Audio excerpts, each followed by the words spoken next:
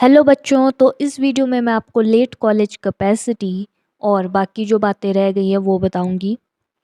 तो सबसे पहले मैं आपको ये बता दूं कि आप रेगुलर स्टूडेंट्स मतलब जो कॉलेज जाके पढ़ते हैं, एक होते हैं प्राइवेट स्टूडेंट जो सीधे पेपर देने आते हैं बस, और एक होता है डिस्टेंस लर्निंग जिसमें हम ऑनलाइन पढ़ते हैं इग्नू से, ICDOL से। ठीक है, ये हैं बने हुए। तो आप और रेगुलर स्टूडेंट जिसमें अब आपकी है late college capacity. Late college capacity जो है वो एक एग्ज़ाम टाइप है, जैसे fresh, reappear, this is exam type, कि आपका एग्ज़ाम का टाइप क्या है। तो लेट कॉलेज कैपेसिटी होती है जब आप फेल होते हो। जैसे अभी आप फेल हो गए, 3 सब्जेक्ट में फेल हो तो फेल हो, तो अब क्या कर सकते हो आप, री एडमिशन में आपका जो होता है वो सब कुछ दोबारा से होगा। जैसे आपको जो है मिड टर्म भी देने पड़ेंगे, प्रैक्टिकल फाइल भी बनानी पड़ेगी, प्रैक्टिकल भी देने होंगे, सब कुछ पहले जैसा। बस आपका क्या होगा कि रोल नंबर पुराना रहेगा जो आपका पहले था फर्स्ट ईयर में, यूनिवर्सिटी रोल नंबर आपका न्यू होगा, मतलब न्यू रजिस्ट्रेशन होगी आपकी। ठीक है, बाकी वैसा ही होगा जैसे आपने फर्स्ट ईयर में किया था।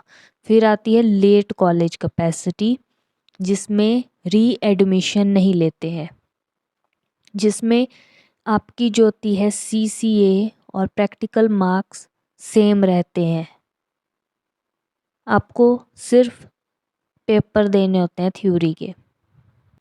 और री एडमिशन में आपको फ़ीस भी देनी होती है पूरी साल की, जैसे देते हो आप वैसे ही। और लेट कॉलेज कैपेसिटी में भी फ़ीस देनी होती होगी आपको।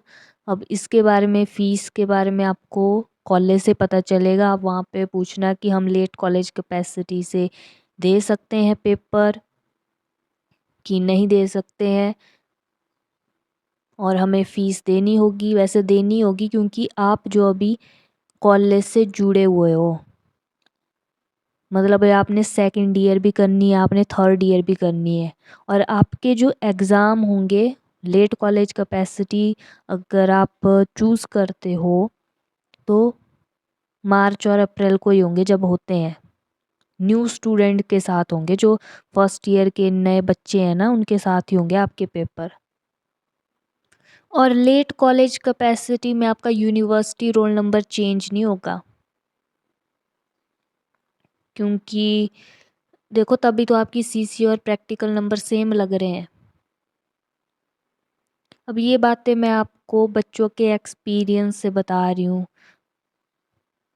जो मतलब मुझे बच्चों से नॉलेज मिली है वही बता रही हूँ मैं। बाकी आपको आपके कॉलेज से ही पता चलेगा अच्छी तरह से। ये नॉलेज होना इम्पॉर्टेंट है, ऐसा है कि आपको पता होगा तो आप वहाँ पे पूछ सकते हो, थोड़ी बहुत नॉलेज आपको होगी। मुझे तो आपके लिए ठीक री एडमिशन ही लग रहा है, या तो आप न्यू एडमिशन ही ले लो, या तो फिर कोई और कॉलेज में एडमिशन ले लो, या कुछ और कोर्स कर लो। तो आपके लिए बेटर री एडमिशन है कि आप क्लासेस लगाओ, क्योंकि अगर आप फेल हुए तो कुछ ना कुछ रही होगी कमी, तो क्लासेस लगाओगे तो ज़्यादा नॉलेज मिलेगी। घर बैठ के कैसे होगी आपकी पढ़ाई। अब दूसरी बातें कि री इवैल्यूएशन का प्रिंट आपने सबमिट कहीं नहीं करवाना है, उसको सबमिट कराने की ज़रूरत नहीं होती। और अगर आपके पोर्टल पे ही कहीं पे ऐसा आता है कि नॉट अप्रूव्ड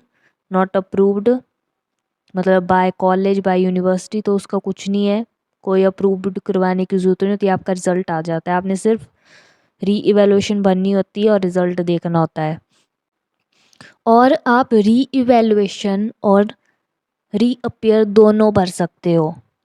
ठीक है, जो 2 सब्जेक्ट में फेल हैं वही कर सकते हैं। जो फेल स्टूडेंट हैं वो सिर्फ री इवैल्यूएशन ही भरवा सकते हैं। री इवैल्यूएशन भराने के बाद आप पास हो जाते हो और आपके 2 सब्जेक्ट बचते हैं, तभी आप सप्ली दे सकते हो, तब बने आप सप्ली वाले। तो जो री इवैल्यूएशन अभी भरी जाती है जब रिजल्ट आता है उसके 21 दिन के भीतर, और री अपीयर के फॉर्म आते हैं लेट, सितंबर को आते हैं, और ऑप्शन आपके पोर्टल पर आ जाता है। ठीक है, री इवैल्यूएशन भी भर दी, री अपीयर भी भर दी, जिसमें पास हो जाओगे उसके नंबर आपको लगा दिए जाएंगे। अच्छा रिजल्ट जो है वो माना जाता है। और री इवैल्यूएशन में अगर आपके नंबर कम भी होते हैं तो जो आपके ज़्यादा नंबर होंगे वही चूज होंगे।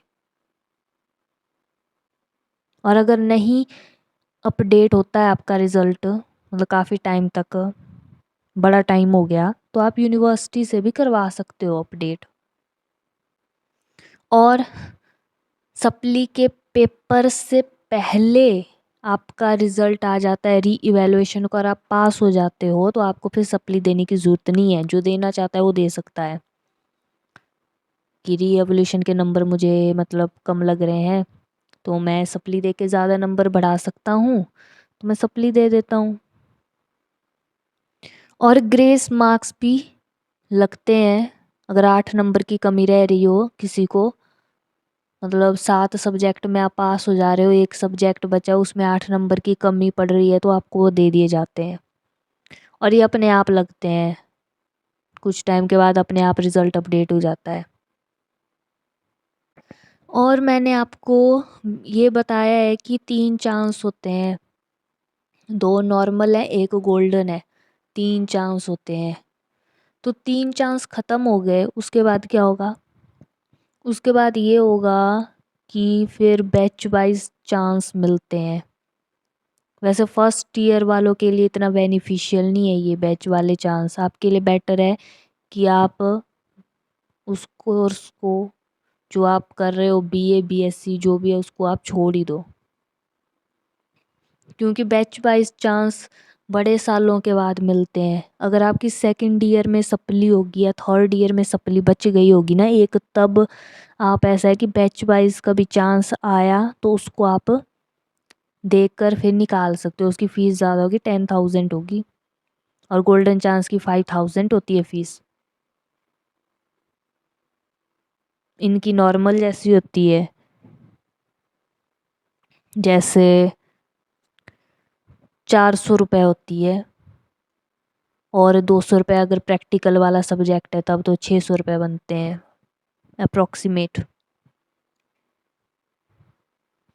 तो ऐसा है, 3 चांस के बाद या तो आपको घर बैठना पड़ेगा और या तो आपको दोबारा उसी क्लास में जाना होगा।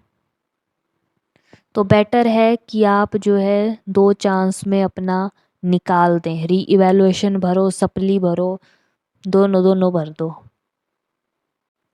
री इवैल्यूएशन तो भर ही देनी चाहिए, जितने मतलब आपको सब्जेक्ट लगते हैं कि मेरे नंबर बढ़ने चाहिए थे, भर दो, ऐसा तसल्ली भी हो जाएगी खुद को।